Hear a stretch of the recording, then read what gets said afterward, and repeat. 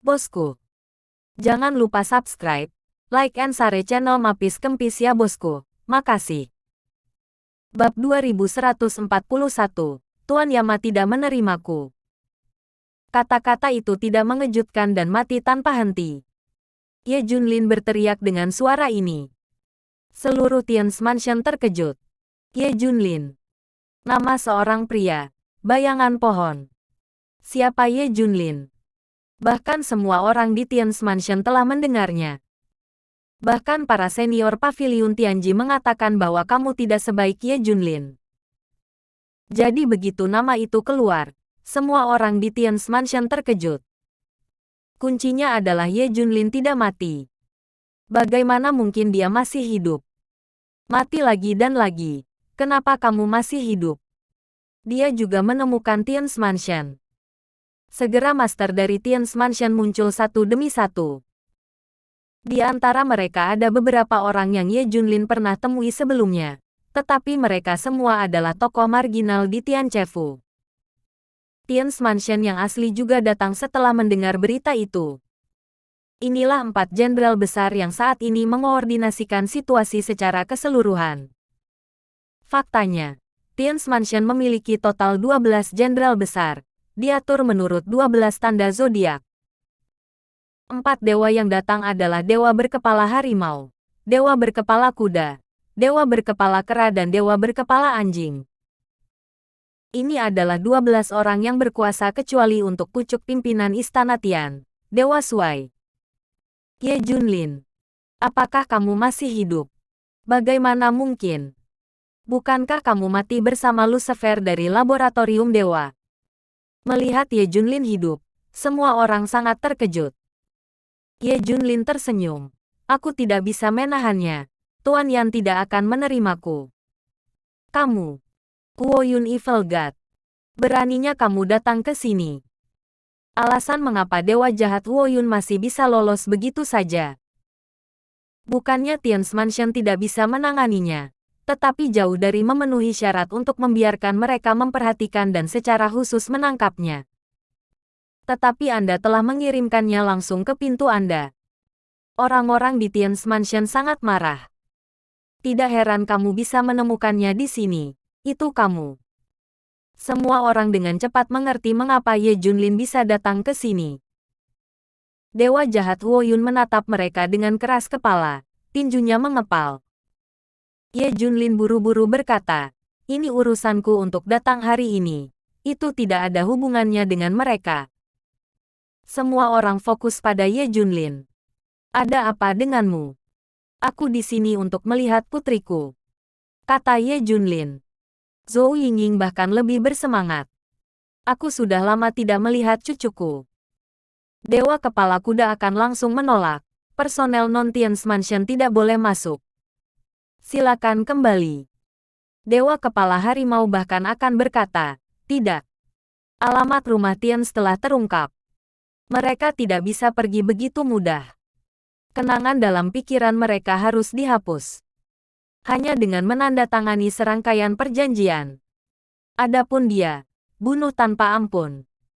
Dewa Kepala Harimau akan menatap Dewa Jahat Wo Yun. Hari ini dia secara pribadi mengirimkannya ke pintu. Mereka tidak akan membiarkannya pergi. Apa? Aku di sini untuk melihat putriku, kan? Ye Junlin sedikit marah. Ketika saya melihat putri saya sendiri, saya harus mendapatkan persetujuan mereka. Hari ini, aku ingin melihat putriku tidak peduli apa. Dan dia ikut denganku.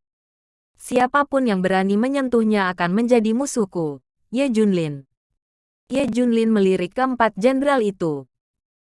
Sekarang Dewa Jahat Wo Yun telah sepenuhnya mendengarkannya, dan akan melayani Daxia di masa depan. Karakter seperti itu terbunuh di sini. Ada apa? Kata-kata sederhana Ye Junlin membuat marah semua orang di Tian's Mansion, dan bahkan memprovokasi Tian's Mansion. Jika kamu berkata begitu, maka kamu tidak akan diizinkan masuk. Tiger Head juga marah. Pertama, Tian's Mansion bukan rumahmu. Kamu bisa masuk dan pergi jika kamu mau. Kedua, Anakmu adalah rahasia utama Tian's Mansion, dan kamu tidak dapat melihat siapapun. Ketiga, kamu berani melindunginya, dia adalah musuh Tian's Mansion. Beberapa orang lain juga berkata dengan dingin, dengarkan kami. Cepat bersihkan ingatanmu dan pergi. Kami tidak akan mempermalukan ibu dan anakmu. Tentu saja, ini untuk wajah Junjun. Jika yang lain jangan berpikir untuk pergi. Anda bisa melakukannya sendiri. Implikasinya sangat sederhana. Ye Junlin tidak ingin mengambil inisiatif untuk melihat Junjun dalam kehidupan ini. Ye Junlin semakin malu. Lalu bagaimana jika aku harus melihatnya hari ini? Bab 2142, Jenderal Dewa Kepala Harimau. Jika Anda sopan kepada Ye Junlin, dia juga akan sopan kepada Anda. Tetapi jika Anda ingin mengkhianatinya, dia bahkan lebih baik dari Anda. Apa yang terjadi dengan Tian Chefu? Semua orang di Tian's Mansion tidak menyangka Ye Junlin begitu gila. Mereka bahkan tidak memandang Tian's Mansion di mata mereka. Itu juga langsung membuat marah keempat dewa. Berani memprovokasi di Tian's Mansion. Bunuh tanpa ampun. Bunuh. Dewa berkepala harimau yang paling pemarah membanting pukulan marah langsung ke Ye Junlin. Dengan satu pukulan, dunia berubah warna. Di ruang kecil, semua orang tahu betapa menakutkannya pukulan ini. Di bawah kendalinya, kekuatan pukulan ini hanya akan meledak di ruang yang sangat kecil ini, dan tidak akan pernah menyebar ke area lain. Tidak menakutkan untuk memukul pukulan mematikan dan eksplosif. Yang menakutkan adalah dia bisa mengendalikannya. Kendalikan kematian dalam kisaran yang sangat kecil ini. Ye Junlin dan Dewa Jahat Huoyun belum pernah melihat gerakan ini sebelumnya. Seperti yang diharapkan dari Tian's Mansion. Mereka benar-benar kuat. Saya hanya tidak ingin mengungkapkan kartu truf saya. Sekarang pukulan jenderal berkepala harimau itu sudah cukup untuk menjelaskan seberapa kuat istana Tian's. Mata Dewa Jahat Huoyun akan terbang keluar. Terlalu kuat. Tekanan yang mengerikan. Sekarang dia adalah semut di mata Tian's Mansion. Apalagi dulu sekali. Dewa Kepala Harimau sekarang akan memukulnya cukup untuk menghancurkannya. Dia bahkan tidak punya kesempatan untuk melawan. Dia terlalu naif sebelumnya. Merasakan bahaya datang. Di ruang kecil. Mereka bertiga sudah merasakan nafas pukulan ini. Aura menakutkan tampaknya melebur dari api bersuhu tinggi. Zhou Yingying merasa yang terkuat. Itu adalah mati lemas. Dewa Kepala Harimau akan membunuh beberapa orang. Tembakan pertama adalah langkah pemusnahan. Ye Junlin adalah satu-satunya di lapangan yang tidak terburu-buru sama sekali. Boom. Dia juga meninjunya. Bang. Sebuah suara membosankan terdengar. Pergerakannya tidak besar, hanya karena keduanya sama-sama memegang kendali. Berisi semua kekuatan dalam ruang kecil. Tidak akan ada terlalu banyak gerakan. Tapi setelah pukulan, Ye Junlin tidak ada hubungannya. Dewa Kepala Harimau dapat dengan mudah menyelesaikan pukulan ini. Terkejut. Ini adalah jenderal berkepala harimau. Di antara 12 jenderal besar, nilai kekuatan adalah yang pertama. Ini juga merupakan keberadaan yang sangat menakutkan di Tian's Mansion. Begitu dia membuat tembakan, dia adalah pembunuh top. Itu dengan mudah diblokir. Ini luar biasa. Untuk waktu yang lama, meskipun dunia luar telah mewariskan Ye Junlin sebagai dewa, penyelamat, dan sejenisnya.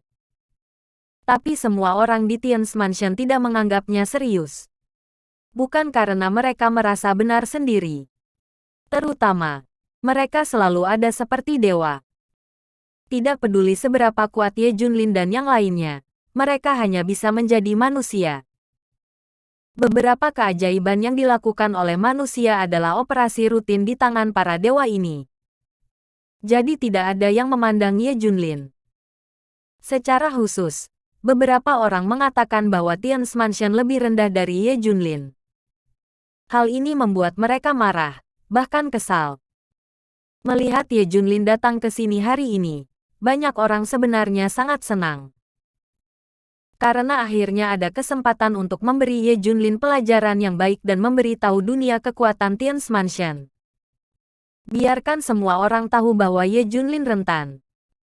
Secara khusus, Ye Junlin membuat marah Tian's Mansion dan membuat semua orang semakin bersemangat. Benar saja, pada akhirnya, Dewa Kepala Harimau akan mengambil tindakan. Tapi hasilnya, itu dengan mudah dihentikan oleh Ye Junlin. Menakjubkan. Ternyata manusia bisa benar-benar menantang Tuhan. Jadi Ye Junlin benar-benar kuat. Ini masih melewatkan terlalu banyak master di Tian's Mansion, dan langsung menuju para dewa. Terkejut. Wajah keempat jenderal itu juga berubah drastis. Ini. Dewa berkepala harimau akan menjadi gila.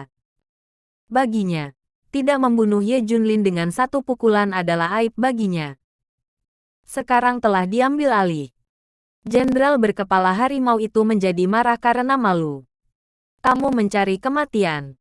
Dewa kepala harimau akan mengaum.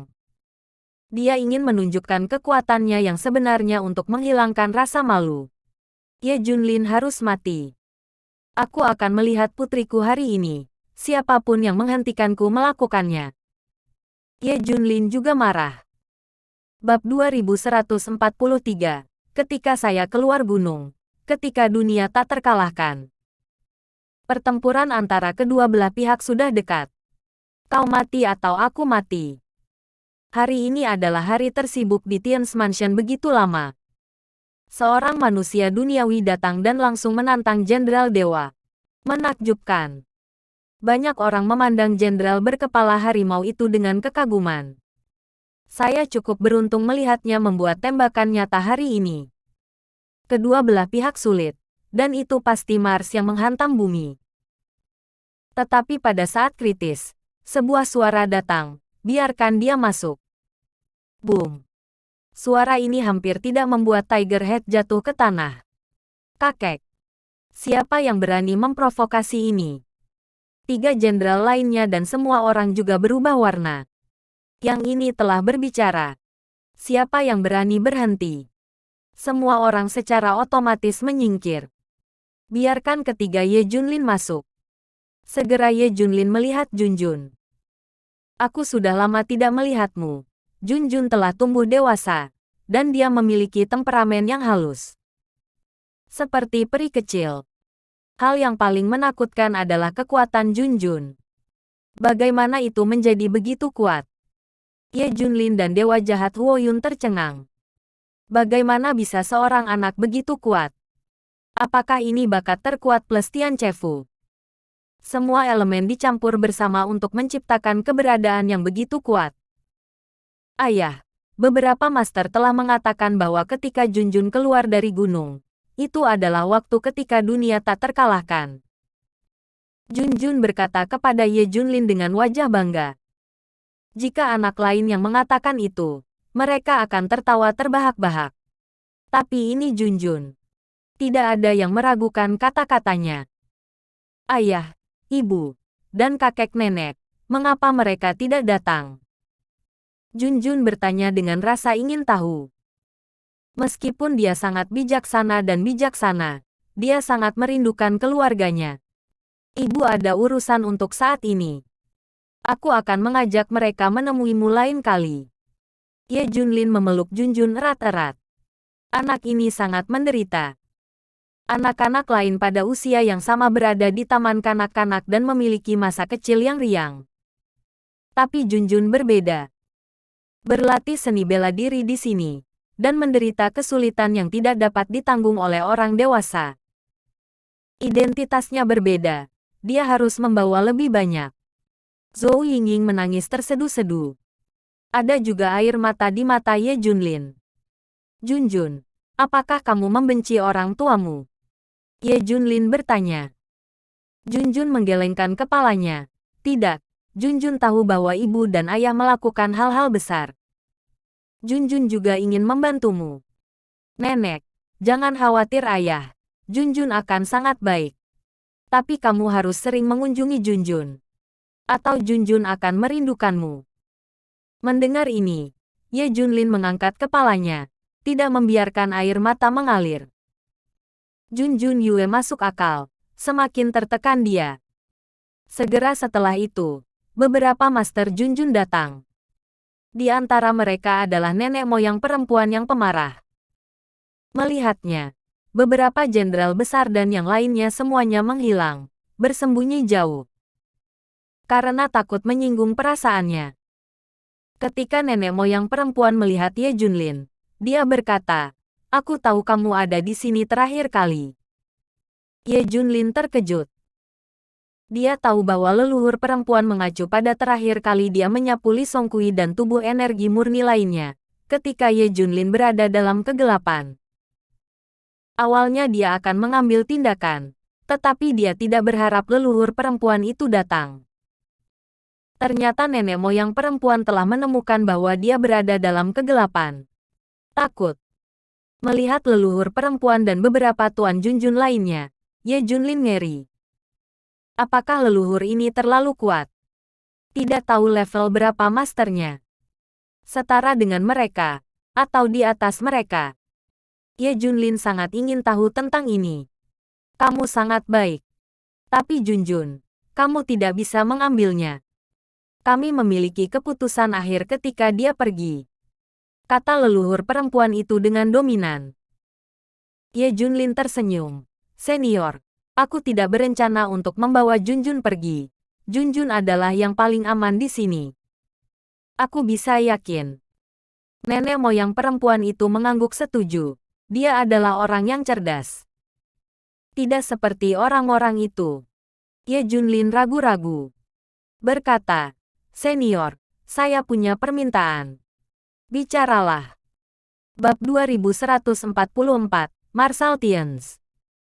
Bisakah aku membiarkan ibuku tinggal di sini, mengurus kehidupan sehari-hari Junjun, dan menemani Junjun? Kata Ye Junlin. Junjun terlalu kesepian sendirian, dan ibunya juga kesepian di luar, dan ada bahaya. Lebih baik merawat Junjun di sini dan membunuh 2 burung dengan 1 batu. Oke, tidak masalah. Masalah kecil. Nenek moyang perempuan itu setuju. Junjun dan Zhou Yingying sama-sama tersenyum. Nenek bisa menemaniku setiap hari. Aku harap orang tuaku juga akan menemani Junjun. Junjun menatap Ye Junlin dengan penuh semangat. Jangan khawatir, Junjun. Ketika ayah selesai, dia pasti akan kembali untuk menemanimu. Dan bawa ibu dan nenekmu. Ye Junlin berjanji. Junjun segera tersenyum. Ayah adalah janji. Tetapi kamu tidak bisa berbohong kepada Junjun. Ye Junlin tidak tinggal lama di Tian's Mansion. Dan dia akan segera pergi. Lagi pula, dia bukan orang dalam dari Tian's Mansion. Tidak bisa tinggal terlalu lama. Pada akhirnya, Ye Junlin pergi dengan dewa jahat Huoyun. Tidak ada yang bisa menyentuh mereka berdua. Ini adalah perintah yang diberikan oleh leluhur perempuan itu sendiri. Tunggu sampai keduanya jauh. Sebuah suara datang dari paviliun Tianji. Tuhan benar-benar akan berubah kali ini. Si kecil ini akan mengacaukan situasi. Identitasnya terungkap, dan semua orang tidak bisa duduk diam. Luar biasa. Aku tidak tahu apakah kita bisa menanggungnya. Si kecil di mulut mereka bukan Junjun, tapi Ye Junlin. Segera Dewa Kepala Harimau akan menunggu keempat dewa dipanggil ke loteng paviliun Tianji. Kita harus membuat persiapan terlebih dahulu. Dewa Suai masih mundur. Bahkan aku tidak dapat mengetahui di mana dia berada. Kita harus mencoba menemukan seseorang untuk memimpin situasi secara keseluruhan. Orang tua di Tianji Paviliun dengan cepat menjelaskan masalah ini, dan meminta Tian Chefu untuk membutuhkan seseorang untuk memimpin situasi secara keseluruhan. Jenderal berkepala harimau itu segera berkata, Dewa Suai tidak ada di sana. Pada kenyataannya, ada beberapa dewa besar yang dapat memimpin situasi secara keseluruhan. Tetapi beberapa dewa berkepala naga juga mundur. Tapi aku punya pilihan pribadi. Putra Dewa Suai, Marsal muda Tians hampir tidak bisa mengaturnya. Ambil alih. Dia seharusnya berada di kedalaman North Icefield saat ini, kan? Biarkan dia keluar. Sebuah suara datang dari dalam. Kemana dia akan mundur selama 30 tahun? Masih ada 3 tahun lagi. Biarkan dia keluar lebih awal. Kembalilah dan pimpin situasi keseluruhan. Dimengerti. Sebuah peristiwa besar akan segera terjadi. Bahkan masalah hidup dan mati. Mendengar apa yang dikatakan para senior Paviliun Tianji, para dewa besar akan berkeringat dingin. Apa sebenarnya yang akan terjadi? Untuk membuat langkah besar seperti itu. Terus terang, Tian's Mansion saat ini sebenarnya agak kosong. Kecuali 4 jenderal besar dan beberapa master. Master lainnya sedang mundur, atau mereka tidak tahu di mana mereka berada tanpa melihat satu sama lain sama sekali. Tapi sekarang, begitu perintah Paviliun Tianji keluar, itu untuk meminta semua yang kuat untuk kembali. Ini adalah langkah besar. Ye Junlin sendiri tidak bisa membayangkan bahwa peristiwa sebesar itu akan terjadi hanya karena dia datang ke Tian's Mansion sekali. Namun, ini hanya permulaan. Reaksi berantai terjadi di mana-mana. Dia sedang dalam perjalanan dengan Dewa Jahat Awan Api untuk menemukan organisasi Alkitab, dan dia tidak tahu bahwa serangkaian hal telah terjadi. Di suatu tempat, keputusan Tuhan telah muncul. Teknik terlarang juga telah digunakan. Kami akan mengambil tindakan. Hancurkan semuanya. Disinilah masalah sebenarnya. Ye Junlin dalam masalah besar setelah menggunakan tabu. Ini juga alasan mengapa guru tidak membiarkan Ye Junlin menggunakan teknik terlarang sebagai upaya terakhir. Setelah digunakan, mereka datang. Ye Junlin menghadapi krisis yang lebih besar. Pada saat ini, badut besar muncul di area makam di pinggiran Kekaisaran Matahari di benua barat. Infiltrasi menakutkan. Bahkan ketika matahari berada di langit. Ini juga menakutkan. Setelah Kaisar Badut datang, dia bahkan menggali di area makam ini. Dia menggali hampir beberapa area pemakaman seukuran lapangan sepak bola. Dia masih menggali lebih dalam. Tidak yakin apa yang harus dicari. Bab 2145, Peti Mati yang akan membunuh. Ini adalah tugas yang diberikan pria berjas itu kepada Kaisar Badut, dan dia bergegas ke sini tanpa henti setelah menerimanya. Setelah beberapa pencarian, lokasi akhirnya terkunci. Menggali di sini. Segera badut besar melubangi seluruh area makam. Semua langsung runtuh. Tapi aku belum menemukan apa yang diinginkan Raja Badut. Kaisar Badut menggali lebih dalam, dan dia telah menggali hingga kedalaman ratusan meter. Itu menjadi semakin suram di dalam, dan aura menakutkan menyebar. Yang lebih aneh lagi adalah matahari yang cerah ada di langit, tetapi tiba-tiba berubah menjadi langit mendung dengan awan gelap. Dari kejauhan, awan tampak diwarnai dengan warna merah yang menakutkan. Seperti darah. Seram dan menakutkan. Sesekali ada petir. Tapi tidak hujan. Awan berwarna darah menutupi langit dan matahari. Menurut cerita rakyat Daxia, itu adalah pertanda buruk. Hal-hal buruk benar-benar terjadi. Ternyata begitu. Apa yang dilakukan Joker the Great sama sekali bukan hal yang baik. Apa yang dia cari adalah monster. Ketika penggalian hampir 200 meter, bawah tanah ternyata adalah sebuah istana kecil. Suhu di sini sangat rendah. Orang biasa telah lama dibekukan menjadi es loli. Aura di sini sangat menakutkan dan menakutkan. Aura haus darah membubung ke langit. Jika dilepaskan, itu pasti akan meledak dan menutupinya. Istana kecil tidak memiliki apa-apa. Hanya peti mati logam di tengahnya. Peti mati ini diukir dengan simbol teks kuno, yang sangat aneh. Jangan lihat itu sudah bobrok, sudah lama tertutup debu, tetapi memberi orang semacam bahaya ekstrim. Bahkan jika Kaisar Badut menghadapi peti mati ini, dia sedikit takut di dalam hatinya. Dia mengambil napas dalam-dalam. Ini. Ketika Kaisar Badut ingin mengangkat peti mati dengan mudah, wajahnya sangat berubah. Karena peti mati logam ini sangat berat. Awalnya terbuat dari logam, Kaisar Badut sudah memperkirakan bahwa itu sangat berat. Tapi sekarang beratnya lebih dari 10 kali lipat dari logam ini. Dari mana berat ini berasal? Dari apa yang ada di peti mati? Apa sebenarnya itu? Apakah akan begitu berat? Luar biasa berat. Namun, meskipun peti mati logam itu sangat berat, pada akhirnya, Kaisar Badut mengangkat peti mati logam itu secara tiba-tiba. Bagaimanapun, Kaisar Badut adalah seorang yang sangat kuat. Ketika para penonton di luar menyaksikan Badut keluar membawa peti mati, semua orang ngeri. Mereka semua melarikan diri. Tapi tidak ada yang memperhatikan bahwa zat gas yang dipancarkan oleh peti mati logam itu diserap oleh orang-orang di sekitarnya. Pada saat yang sama, napas orang-orang ini juga diserap oleh peti mati. Napas dari kedua belah pihak tampaknya bertukar. Hanya saja satu sisi adalah seseorang, dan sisi lainnya adalah peti mati.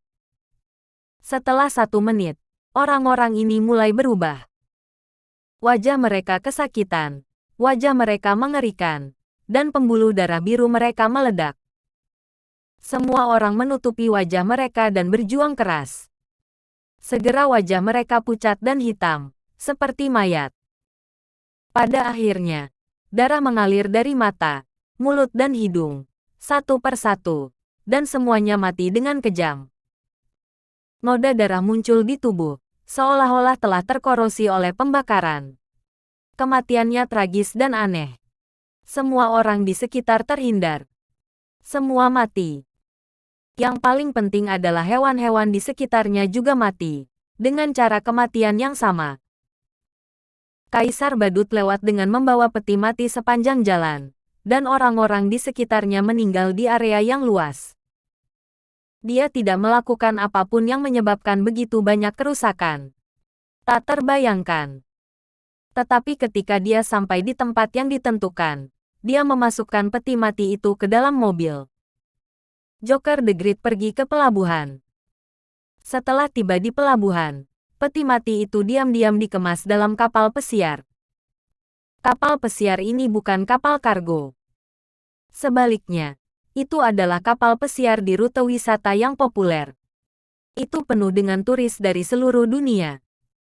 Saya tidak tahu di mana Joker akan mengangkut peti mati. Yang paling penting adalah bahwa Joker tidak berlayar di kapal. Orang-orang di kapal pesiar tidak tahu apa yang akan terjadi. Bab 2146, Tindak Lanjut Kaisar Badut. Badut hebat tidak meninggalkan Empire of Neversettle.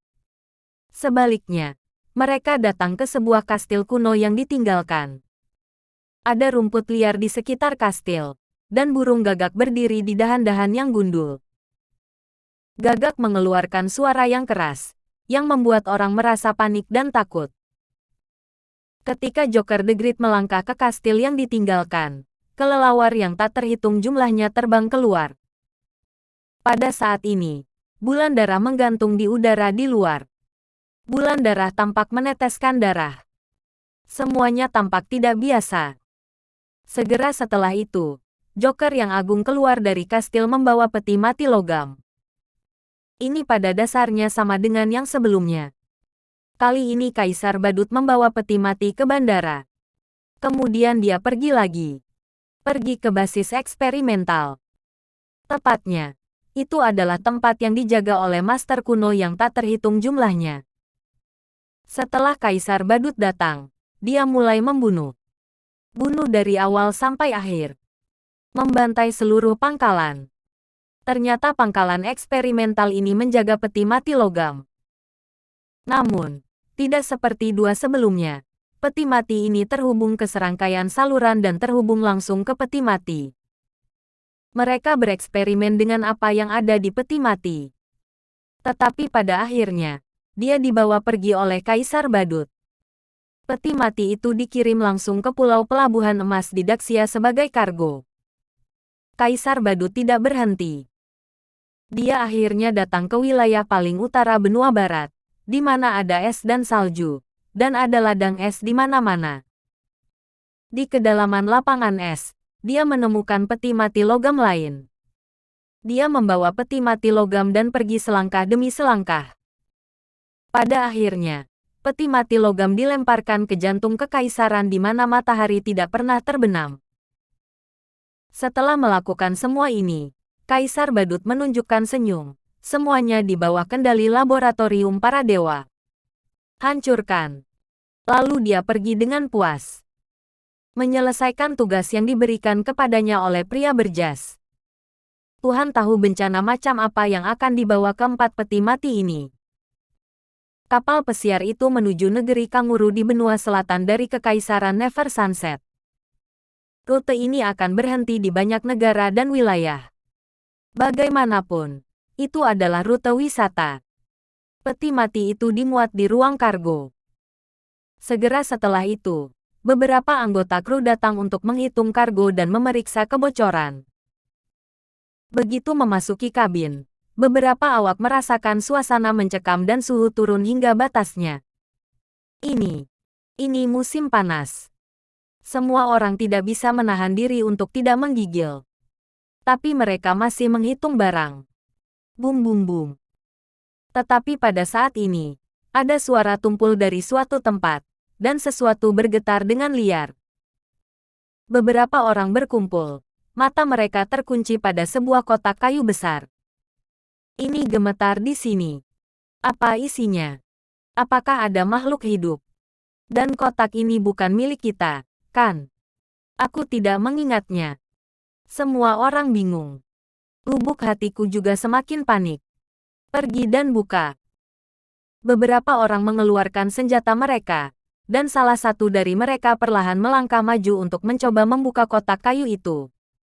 Retak. Saat kotak kayu terbuka, peti mati logam terbuka di depan semua orang. Semua orang terkejut. Kapan peti mati muncul di sini? Bagaimana ini? Semua orang berkeringat dingin. Apakah itu bergerak sekarang? Seseorang mengajukan pertanyaan yang menakutkan. Ini. Segera beritahu kapten dan ceritakan situasinya di sini. Semua orang hendak pergi. Tepat pada saat ini, kekuatan hisap yang mengerikan tiba-tiba meletus dari peti mati logam. Sedot semua 7 atau 8 anggota awak pergi. Retak, jepret, jepret. 7 atau 8 orang melekat pada peti mati logam. Ah! Mereka menjerit nyaring. Tubuh mereka cepat layu. Semua darah diserap oleh peti mati. Pada akhirnya, 7 atau 8 mayat mumi mendarat di tanah, dan kematiannya tragis, dan darahnya tersedot bersih. Boom! Peti mati itu bergetar sangat keras. Simbol di atas menyilaukan setelah disuntik dengan darah. Retak. Akhirnya, peti mati itu terbuka. Bab 2147, bencana ada di mana-mana. Gerakan besar membuat seluruh kapal pesiar goyang. Hampir terbalik. Para turis di kapal pesiar berteriak. Bagaimana situasinya? Kapten dan kru panik. Meski berlayar di laut, lautnya tenang dan ombaknya tidak kecil. Mengapa ada guncangan yang begitu besar? Sepertinya ada masalah dengan ruang kargo, dan beberapa rekan kehilangan kontak. Ayo pergi dan lihat apa yang terjadi. Tetapi lusinan orang yang pergi untuk menanyakan situasi tidak pernah kembali, dan tidak ada umpan balik. Kapten dan yang lainnya panik. Cepat! Segel ruang kargo. Kapten yang berpengalaman tahu bahwa ada kecelakaan di ruang kargo dan ingin segera menutup ruang kargo. Dia memimpin orang banyak ke pintu masuk ruang kargo. Pada saat ini, bau darah yang kuat menghantam lubang hidung, membuat semua orang hampir mual. Tepat ketika mereka hendak menyegel kabin, tiba-tiba sesuatu keluar. Ah! Kapten dan yang lainnya berteriak histeris. Mereka sepertinya telah melihat sesuatu yang menakutkan. Ah! Lalu mereka berteriak tak henti-hentinya. Tapi kali ini, Teriakan itu bukan karena ketakutan, tapi karena kematian. Semua orang yang melihat isi peti mati segera mati. Para wisatawan masih menggigil. Mereka menunggu penjelasan yang diberikan oleh kapal pesiar. Apa yang terjadi dengan gemetar barusan? Namun pada akhirnya tidak menunggu penjelasan, dan menunggu kematian. Hal yang menakutkan muncul di depan mereka, dan seorang penumpang kapal pesiar melarikan diri ketakutan. Tapi yang terakhir tidak tersisa. Semua berubah menjadi mayat mumi. Pada akhirnya, kapal pesiar membawa mayat ke sebuah pulau kecil di benua selatan untuk lokasi berikutnya. Sebuah bandara internasional di kekaisaran di mana matahari tidak pernah terbenam. Di lorong pemeriksaan bagasi, sebuah peti mati muncul. Semua orang terkejut menemukan bahwa itu tidak dapat diangkat sama sekali, seolah-olah ada ratusan ton. Saya ingin membuang peti mati itu, tetapi saya tidak bisa mengangkatnya. Namun tak lama kemudian para pekerja ini jatuh ke tanah satu persatu dan menjadi mayat mumi. Semua orang tidak tahu apa yang sedang terjadi. Orang-orang yang datang untuk menanyakan situasi kemudian mati satu persatu dalam waktu yang sangat singkat. Sepotong kecil pada awalnya, dan kemudian menyebar dengan cepat. Semakin banyak kematian. Akhirnya, peti mati logam itu meledak. Makhluk mengerikan di dalam keluar. Dia bergegas ke bandara, dan banyak orang jatuh. Lebih banyak kematian menyebar. Tempat ini telah menjadi api penyucian di bumi. Dan peti mati yang ditempatkan di area pusat kekaisaran di mana matahari tidak pernah terbenam, juga terbuka setelah beberapa waktu. Apa yang ada di dalamnya juga lolos. Tepat di tengah, ada banyak orang. Pembantaian berlanjut. Kematian. Kematian ada di mana-mana. Empire Never Sets tidak tahu apa yang sedang terjadi. Aku masih menyelidiki apa yang terjadi. Aku tidak tahu apa yang dibawa Kaisar Badut. Hanya mengerikan. Ketika kapal pesiar merapat di pelabuhan pulau kecil sesuai dengan rute yang telah ditentukan sebelumnya, seseorang masih menunggu terlebih dahulu. Mereka tidak pernah bisa menghubungi kapal pesiar.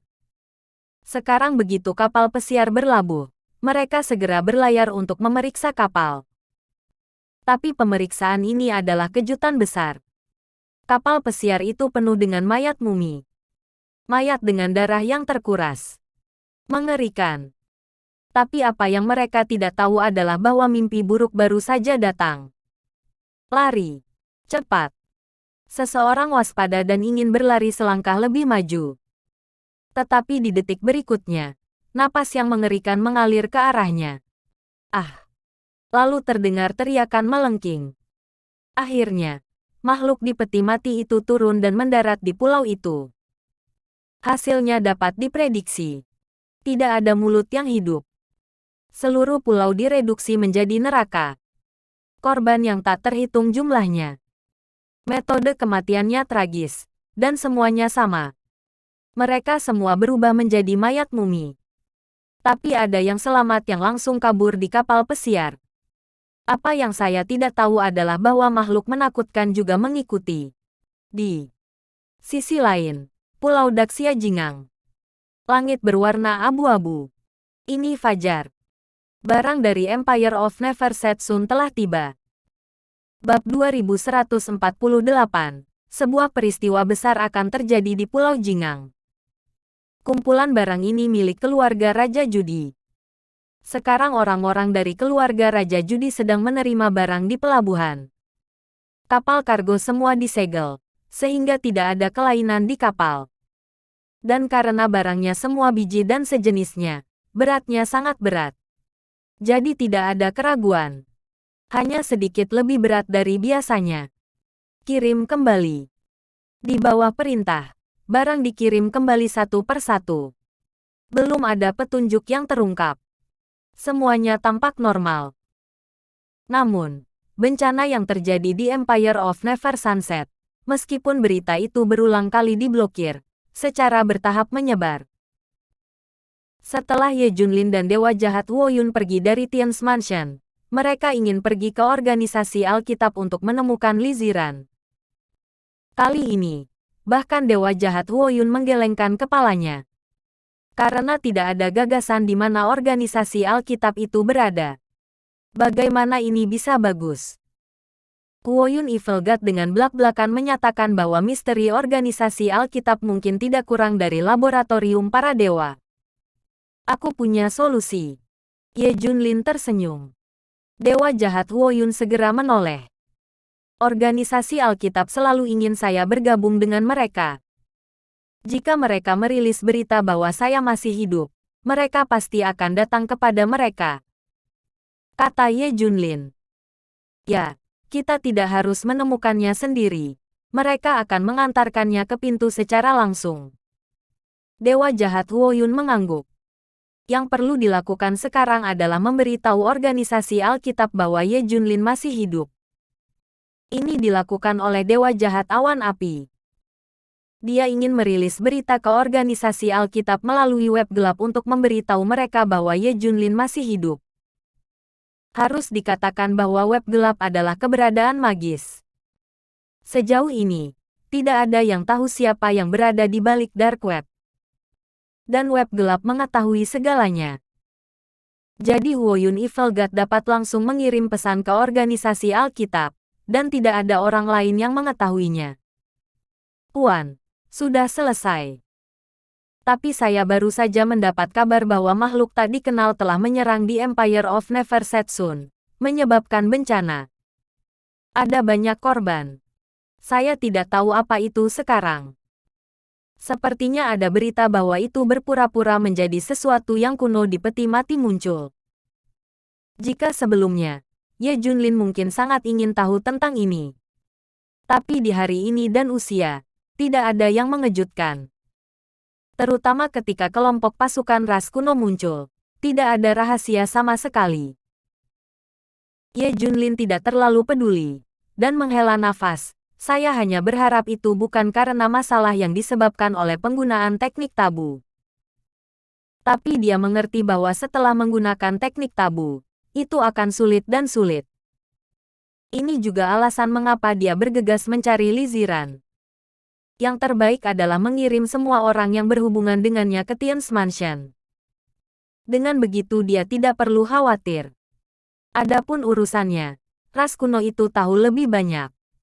Lagi pula, saya bukan dari era yang sama dengan mereka. Saya tidak tahu apa yang akan terjadi. Tapi selama Tuan memerintahkan, saya bersedia melewati api dan air. Dewa Jahat Awan Api memberi pernyataan Ye Junlin. Oke. Sekarang saya menunggu organisasi Alkitab datang kepada saya. Kemana lebih baik pergi? Bagaimana dengan Pulau Jingang? Ye Junlin memutuskan untuk menunggu organisasi Alkitab datang ke Pulau Jingang.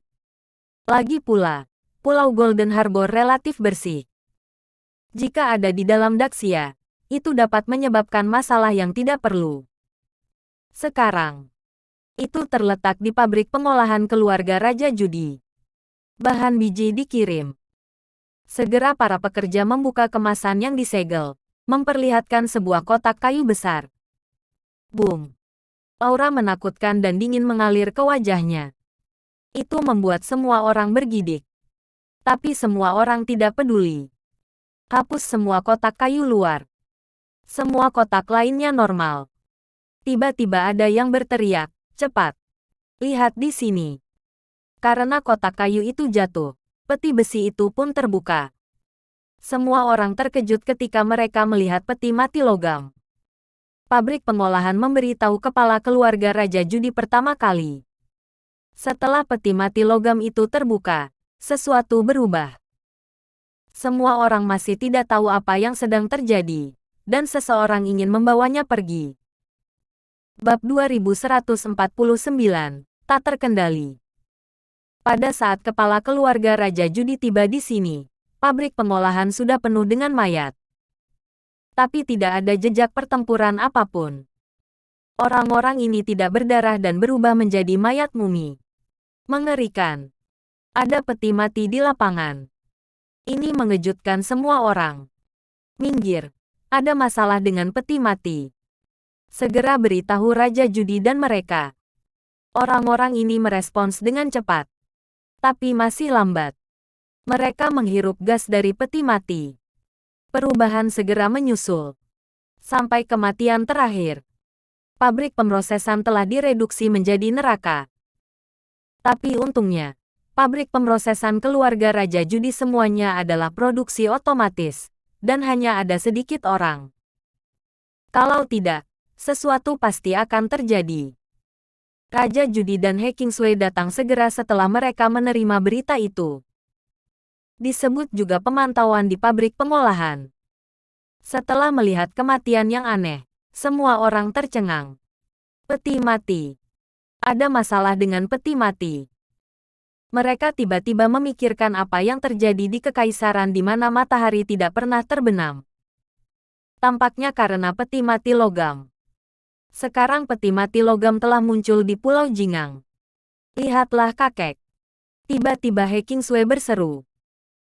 Karena peti mati logam itu bergerak dan bergetar hebat selama pengawasan, isi di dalamnya seolah-olah terlepas. Bang! Dalam sebuah ledakan, peti mati itu terkoyak.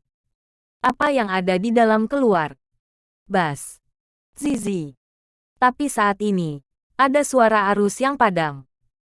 Kepingan salju juga muncul di layar monitor. Kabur. Retak. Itu berubah menjadi hitam pada akhirnya. Tidak bisa melihat apa-apa. Tidak. Sirkuit di pabrik pengolahan terbakar. Saya tidak tahu kenapa. Berita itu datang saat ini. Dan semua orang terkejut. Apakah sirkuitnya rusak? Pasti ada hubungannya dengan apa yang ada di peti mati. Mungkin telah mempengaruhi medan magnet dan arus. Apakah ada berita tentang Empire on the Sun? Ada apa? Raja Judi cemas. Tidak. Kekaisaran Matahari tidak pernah menyetel telah memblokir berita. Dengan tegas jangan biarkan aku mengatakan apa itu. Raja Judi menghela nafas. Segera panggil semua penguasa Pulau Jingang. Termasuk Kyushu Xuanzun. Cepat. Ini mungkin Jingang. Bencana pulau itu. Kita harus menghentikannya. Untuk sementara waktu, semua penguasa Pulau Pelabuhan Emas berkumpul di pabrik pemrosesan. Mereka bertekad untuk tidak membiarkan sesuatu terjadi di Pulau Jingang. Apapun yang ada di peti mati terkunci di pabrik. Jangan sampai apa yang ada di dalamnya menimbulkan bencana. Keluarga Raja Judi masih sangat kuat. Semua orang di sekitar pemrosesan dievakuasi untuk pertama kalinya. Bahkan tidak ada makhluk yang terlihat dalam jarak 10 mil. Maka merekalah yang memperbaiki apa yang ada di dalamnya. Berita kemunculan peti mati logam itu segera diteruskan ke Yan Longwei dan yang lainnya di Tianchefu. Penjaga yang ditempatkan di Pulau Golden Port juga datang satu demi satu untuk membantu keluarga Raja Judi. Yan Longwei dan Istana Tian sangat mementingkan hal ini. Sambil memblokir berita, pengiriman ahli untuk datang langsung. Tian's Mansion sekarang berbeda dari yang dulu. Jangan khawatir tentang paparan kartu hall dan masalah lainnya. Orang-orang yang datang adalah semua murid langsung dari 4 jenderal besar, dan mereka sangat kuat. Pulau King Kong menjadi lokasi wabah. Ye Junlin dan Dewa Jahat Huo Yun juga bergegas ke Pulau Jingang.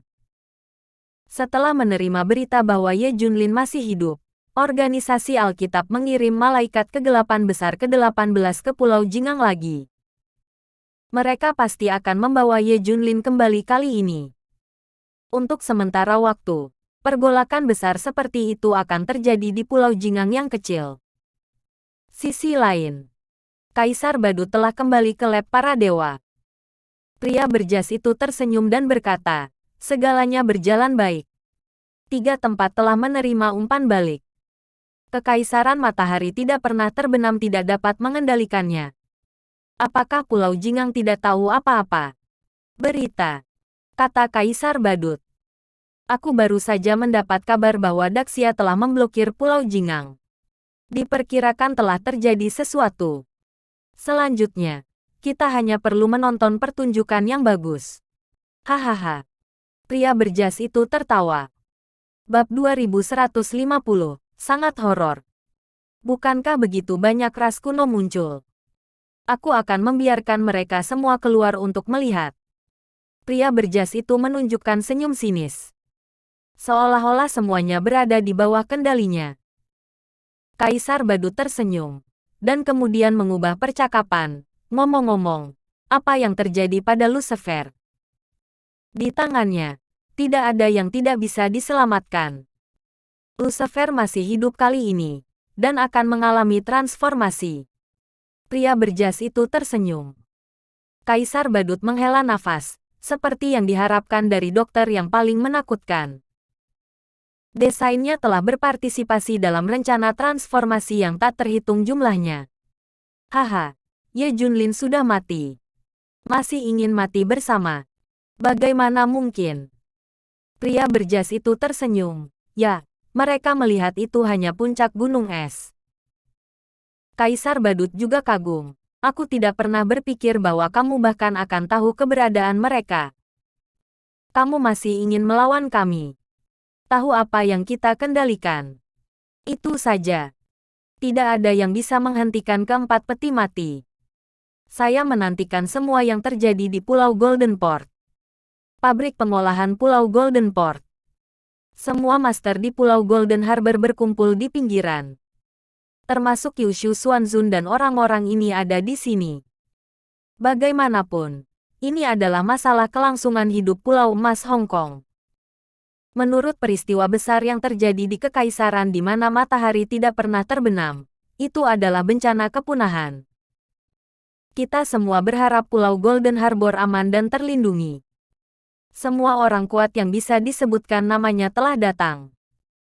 Ditambah dengan penjaga yang diatur oleh Yan Longwei dari Tianchefu, semua orang merasa bahwa kekuatannya sudah cukup. Raja Judi dan Kyushu Xuanzun dan petinggi lainnya mulai memerintahkan. Beberapa orang menjaga di luar. Beberapa orang masuk bersama-sama. Semua orang berkumpul. Jangan bubar. Semua orang masuk bersama. Di bawah kepemimpinan Kyushu Xuanzun dan master lainnya, ratusan orang masuk bersama. Ribuan orang tetap berada di luar. Ada masalah dengan sirkuit seluruh pabrik pengolahan, dan sekarang gelap gulita dan sunyi senyap. Segera setelah Anda masuk, bau darah yang menyengat menerpa wajah Anda. Semua orang sedikit panik. Saya tidak tahu mengapa, kegelapan ini memberi semua orang ketakutan yang tidak dapat dijelaskan. Orang selalu takut akan hal yang tidak diketahui. Terlebih lagi, semua orang tahu bahwa ada hal yang benar-benar mengerikan di dalamnya. Tidak mungkin untuk tidak takut. Diam. Tenang, agak terlalu banyak. Kyushu Xuanzun, para ahli sihir ini dengan hati-hati merasakan nafasnya. Tapi aku tidak melihat apa-apa. Sepertinya tidak ada makhluk hidup di seluruh pabrik pengolahan. Ayo. Semua orang terus masuk lebih dalam dan segera sampai ke bagian dalam pabrik pengolahan. Itu sangat dekat dengan tempat peti mati ditempatkan sebelumnya. Sepanjang jalan, kami tidak menemukan apapun. Seolah-olah bahaya itu tidak ada. Tetapi semakin ini masalahnya, semakin sedikit orang yang berani menganggapnya enteng. Semua orang sangat gugup, bahkan master seni bela diri berkeringat. The Great Terror of the Unknown terlalu menakutkan. Jika normal, mudah ditangani. Kemudian kerajaan di mana matahari tidak pernah terbenam telah ditangani. Mengapa semua berita diblokir sekarang? Semuanya. Hati-hati. Saya merasa seperti ada di sekitar.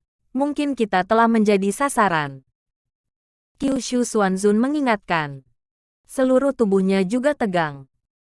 Pada saat ini, orang-orang yang menjaga di luar pabrik pengolahan tiba-tiba membuat penemuan.